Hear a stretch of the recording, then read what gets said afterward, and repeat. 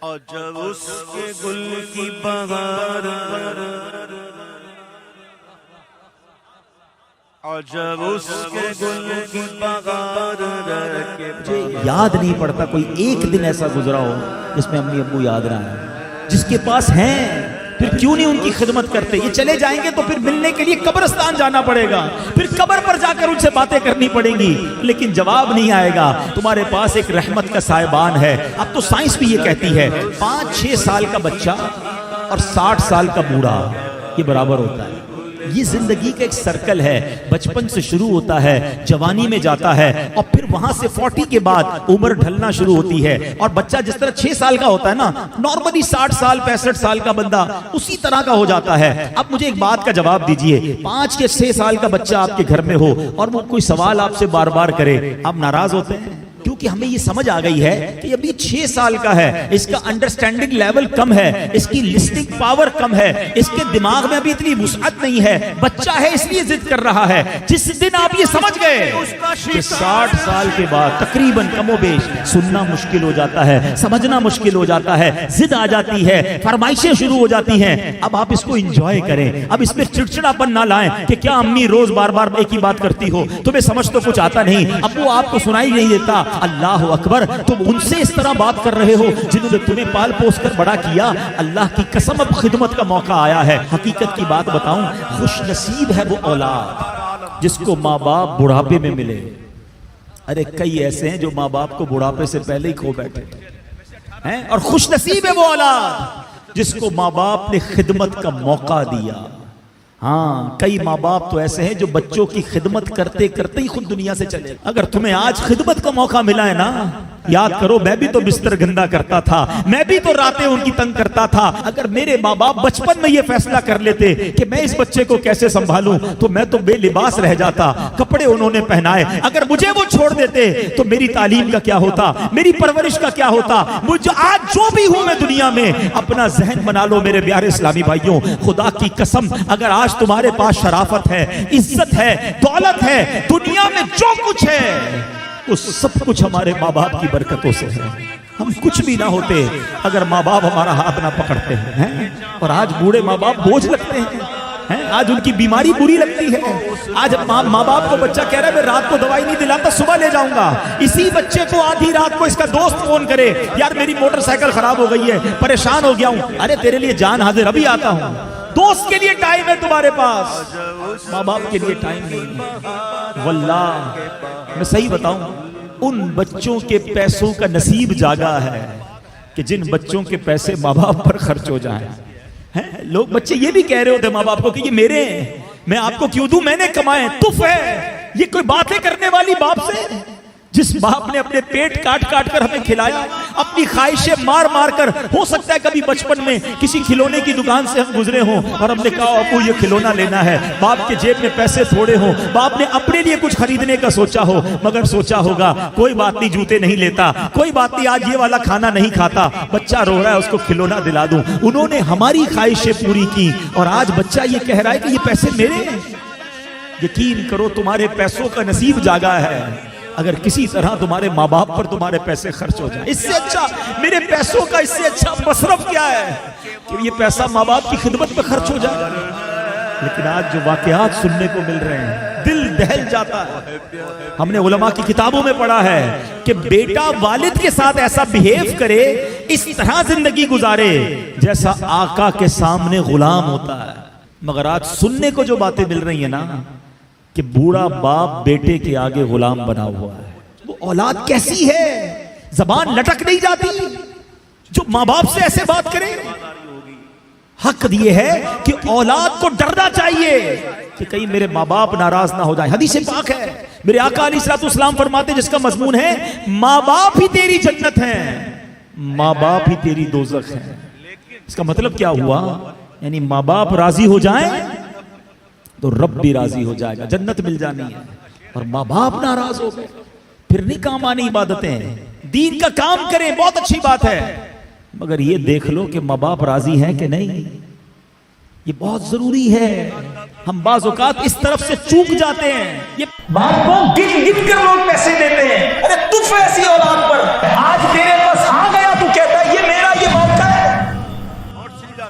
یقین مانے آپ بہت لکی ہیں، آپ بہت خوش نصیب ہیں کہ تمہاری ماں تمہارے پاس ہے، تمہارا والد تمہارے پاس ہے۔ پوچھو ان سے جن کی ماں چلی گئی، پوچھو ان سے جن کا والد چلا گیا۔ اب جب مشکل آتی ہے نا تو ایسا لگتا ہے سر پہ کوئی سایہ نہیں ہے، کس کے پاس جاؤں دعا کرانے، کس کو کہوں میں پریشان ہوں۔ بندے کو بڑی تنہائی فیل ہوتی ہے، خاص طور پہ غم میں اور خاص طور پہ خوشی میں، کیونکہ جب کوئی بڑی خوشی ملتی تھی تو بھی ماں کے پاس جا کر دعائیں لیتے تھے، ماں اور دعائیں دیتی تھی، والد کو بتاتے تھے، وہ خوش ہوتا تھا۔ یہ ماں باپ بھی کمال لوگ ہیں، ہماری خوشی میں خوش ہوتے ہیں، حسد نہیں کرتے۔ دنیا میں یہ واحد رشتہ ہے جس میں حسد نہیں ہے۔ باپ چاہتا ہے کہ میرا بیٹا مجھ سے زیادہ ترقی کرے، دنیا میں کوئی نہیں چاہتا کہ مجھ سے آگے کوئی نکل جائے۔ ماں چاہتی ہے کہ میری اولاد مجھ سے زیادہ خوش رہے۔ یہ کمال رشتہ ہے، بے لوث رشتہ ہے۔ خوشی میں جاتے تھے تو دعائیں دیتے تھے، غم میں جاتے تھے تو تسلی دیتے تھے۔ اب کس کے کاندھے پر سر رکھ کر بات کریں، اب کس کی گود میں سر رکھ کر دعائیں لیں؟ نہیں ہمارے پاس ماں باپ، مگر میرے وہ بچوں جن کے ماں باپ ہیں، خدا را ان کی قدر کر لو، ان کو ٹائم دو، ان کے پاس بیٹھا کرو، یہ تمہیں لمحے زندگی بھر یاد آئیں گے۔ آج ہم میں کئی لوگ وہ ہیں کہ جن کو ماں باپ سے بات کر رہی ہوتی ہے نا تو قبرستان جانا پڑتا ہے، ان کی قبر پہ جا کے بتانا پڑتا ہے کہ یہ معاملہ ہو گیا ہے، ان کی قبر پر جا کر کہنا پڑتا ہے کہ میں اس مشکل میں ہوں۔ تمہارے پاس تو تمہاری ماں ہے، تمہارے پاس تمہارا والد ہے، اس کا دل خوش کر لو، اس سے دعائیں لے لو۔ حدیث پاک میں آتا ہے جو بچہ اپنے ماں باپ کو محبت کی نگاہ سے دیکھتا ہے اللہ اسے مقبول حج کا ثواب عطا فرماتا ہے۔ صحابی رسول نے عرض کی وَإِن نَظَرَ كُلُّ يَوْمٍ مِئَةَ مَرَّةٍ، حضور کوئی 100 بار دیکھ لے، اللہ کے حبیب فرماتے ہیں کوئی 100 بار دیکھ لے اللہ 100 حج کا ثواب عطا فرماتا ہے۔ اللہ اکبر و اطیب حدیث کا مضمون ہے، اللہ 100 حج کا ثواب عطا فرماتا ہے۔ اب ذرا غور سے سننا، محبت سے دیکھنے پر حج کا ثواب ہے، سچ بتاؤ خدمت کرنے کا ثواب کیا ہوگا؟ پیر دبانے کا ثواب کتنا ہوگا؟ دوائی دلانے کا ثواب کتنا ہوگا؟ ان کو کھانا کھلانے کا ثواب کتنا ہوگا؟ ان کی ویل چیئر چلانے کا ثواب کتنا ہوگا؟ ارے آقا نے تو محبت سے دیکھنے پر حج کا ثواب عطا فرمایا ہے۔ جو خدمت گار ہوگا اس کو تو وارے نہیں آنے ہو جائے، نہیں کرتے خدمت، نہیں ہے ٹائم۔ ماں باپ کو کہتے میرے پر ٹائم نہیں، میں دوستوں میں جا رہا ہوں، اپنا کام خود کر لو۔ ایک اور بات بتاؤں، خوش نصیب بچہ پتہ کون ہے؟ کہ جس کے ماں باپ نے اس کو خدمت کا موقع دیا۔ واللہ تمہارے ماں باپ بوڑھے ہو گئے اور اب اس کیفیت میں آ گئے ہیں کہ ان کو تمہاری خدمت چاہیے، تمہارے پیسے چاہیے، تم سے کوئی ہیلپ چاہیے، واللہ تمہارے بھاگ جاگ گئے ہیں، تمہارے نصیب جاگ گئے ہیں، کیونکہ کئی ماں باپ ایسے ہیں جو خدمت لینے سے پہلے ہی دنیا سے چلے گئے، بچوں کی خدمت کرتے کرتے ہی خود چلے گئے۔ ارے بچوں کو تو موقع ہی نہیں دیا خدمت کرنے کا۔ اگر آج تمہیں موقع ملا ہے تو دیکھو اس سے جی نہ چرانا۔ آج اللہ نے تمہیں سمجھ لو تمہارے گناہوں کے کفارے کا موقع آ گیا ہے، مگر آج اولاد کہتی ہے یہ میرے پیسے، یہ آپ کے، ابو میں نے کمائے، آپ نے کیا کیا ہے؟ باپ کو گن گن کر لوگ پیسے دیتے ہیں۔ ارے تجھ ایسی اولاد پر، میرا اور آپ کا والد بھی جب ہم پیدا ہوتے اور کہہ دیتا کہ تیرے یہ ہیں یہ میرے ہیں، ہم تو بے لباس ہی رہ جاتے ہیں، ننگے پیدا ہوئے تھے، کپڑے بھی نہیں تھے جسم پر، کس نے پہنائے کپڑے؟ ہمارے ماں باپ کو پہنائے۔ کس نے کھلایا کھانا؟ ہمارے ماں باپ نے۔ ارے ایک ایک قدم چل کر انہوں نے ہمیں بڑا کیا۔ ہو سکتا ہے ہمارے ماں باپ نے اپنے کئی لقمے روکے ہوں گے، کئی خواہشیں روکی ہوں گی کہ بیٹا یہ فلاں کھلونا مانگ رہا ہے، بیٹا فلاں چیز مانگ رہا ہے، اس کو دے دیتے ہیں۔ ہم اپنا آج یہ خرچہ نہیں کرتے، اپنی پسند کے جوتے نہیں لیتے، اپنے بچے کو دلاتے ہیں۔ ارے باپ نے کبھی نہیں کہا یہ میرا ہے اور یہ تیرا ہے۔ آج تیرے پاس آ گیا تو کہتا ہے یہ میرا، یہ باپ کا ہے۔ جو کچھ میرا ہے وہ سب میرے ماں باپ کا ہے، میں خود بھی تو اپنے ماں باپ کا ہوں۔ تو خدا را اپنے ماں باپ کو کبھی یہ فیل نہ کروانا کہ یہ میرا ہے، نہیں، ان کو یہ آخری عمر ہوتی ہے، بڑھاپا ہوتا ہے، ان کو یہ آنر فیل کرواؤ، یہ عزت انہیں دو کہ حضور جو بھی میں ہوں وہ آپ کی وجہ سے ہوں، میرے پاس جو کچھ ہے سب آپ کا ہے۔ وہ لے کے نہیں چلے جائے گا ماں، لیکن وہ عزت فیل کرے گا۔ بعد میں جو یہ بیان سنے اپنے آپ سے پوچھ لو، خدا را اپنے آپ سے پوچھو، اگر آج مر گیا قبر جنت کا باغ بنے گی؟ ایسے کام کر لیے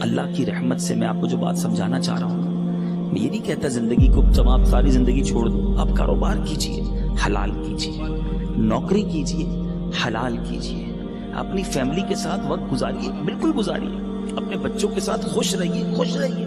شریعت نہیں کہتی کہ جناب آپ ساری فیملی گھر بار چھوڑ کر فقط اللہ اللہ کرتے رہیں، گھر بار، کاروبار، family, every thing is okay, enjoy کیجئے اپنی لائف کو، مگر شریعت کے دائرے میں رہ کر۔ آگاہ اپنی موت سے کوئی بشر نہیں، آگاہ اپنی موت سے کوئی بشر نہیں، سامان 100 برس کا ہے، پل کی خبر نہیں۔ اب سوچئے میرے پیچھے اسلامی بھائیوں، جب پل کی خبر نہیں ہے تو پھر برسوں کی فکر کیوں کرتے ہو؟ پتہ ہے صبح جب ہوتی ہے تو دن کیا اعلان کرتا ہے؟ ابھی دن نکلا ہوا ہے نا، پیارے آقا علیہ الصلوۃ والسلام فرماتے ہیں جب روز صبح سورج طلوع ہوتا ہے، نکلتا ہے، تو اس وقت دن یہ اعلان کرتا ہے کہ آج کوئی اچھا کام کرنا ہے تو کر لو، میں پھر پلٹ کر نہیں آؤں گا۔ آج کا دن کل نہیں آئے گا، پھر کبھی نہیں آئے گا ہماری زندگی میں، لیکن ہمیں احساس نہیں ہے۔ ہر روز میں قبر کے قریب ہو رہا ہوں، کبھی تو بے چینی ہو۔ ایک باپ اور بیٹا سوئے ہوئے، بیٹا رات کو اٹھ گیا، رات کو اٹھ کر رونے لگا۔ باپ نے کہا بیٹا کیوں رو رہے ہو، کیا ہو گیا؟ کہتا ابو جان بات یہ ہے کہ صبح مجھے کل قاری صاحب نے ایک سبق دیا تھا، اب مجھے کل استاد صاحب کو وہ سبق سنانا، سبق یاد نہیں ہوا ہے، اب استاد صاحب کو نہیں سناؤں گا تو انہوں نے سزا دینی ہے۔ یہ سن کر باپ بھی رونے لگ گیا، کمال کا باپ تھا، رونے لگا۔ کسی نے پوچھا کہ تم کیوں رو رہے ہو؟ کہتا میرے بیٹے کو ایک سبق یاد نہیں ہے، اس کے لیے رو رہا ہے۔ قاری صاحب کو کیا جواب دوں گا؟ میں نے تو اللہ کی کتنی نافرمانیاں کی ہیں، اللہ کی بارگاہ میں کھڑا کر کے ہڑا ہوا تو کیا جواب دوں گا؟